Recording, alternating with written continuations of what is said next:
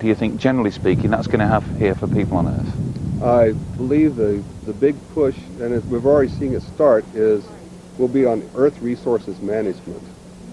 And I mean that as the population continues to grow, we need to find new oil deposits to exploit. We need new mineral deposits. We need to really vigorously pursue monitoring the cleanliness of our water and our atmosphere. Where are the sources of pollution? And we can do that readily from space. So that the person who's doing the pollution can be tracked down and not his innocent neighbor who happens to have a smaller checkbook. So the biggest growth area I see is in enabling you and me to have a much better life as a result of applying this technology to our day-to-day living experiences, traffic patterns, cattle and animal migrations, and there's all manner of, we're only limited by our imagination, by what we can see looking down at this beautiful planet of ours, and wisely trying to monitor and care for it and nurture it.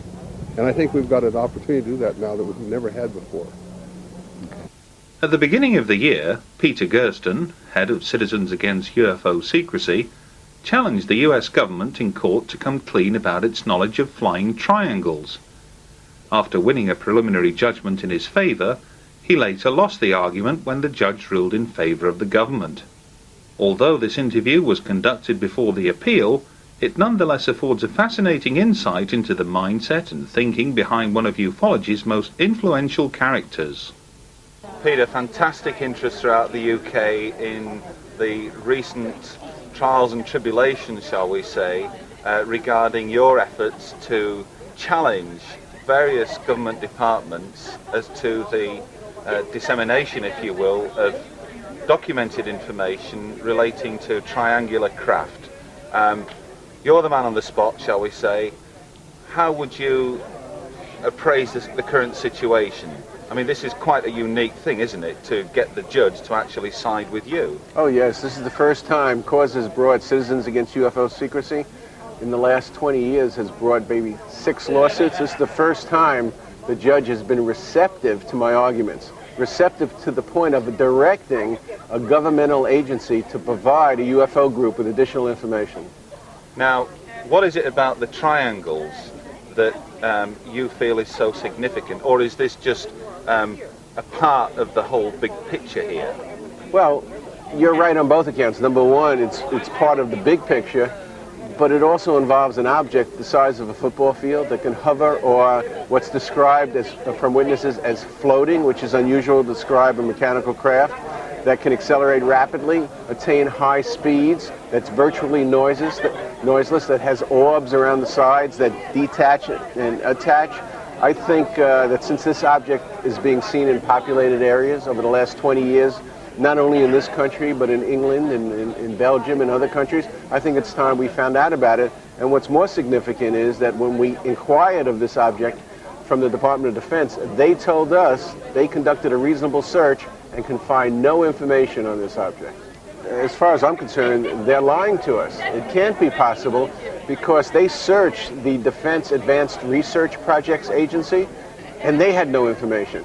They searched the Joint Chiefs of Staff and they had no information. And the Department of Defense is charged with gathering intelligence and providing security for the citizens of this country. So how can they not know about an object that's seen at treetop level in populated areas over major cities in this age of terrorism?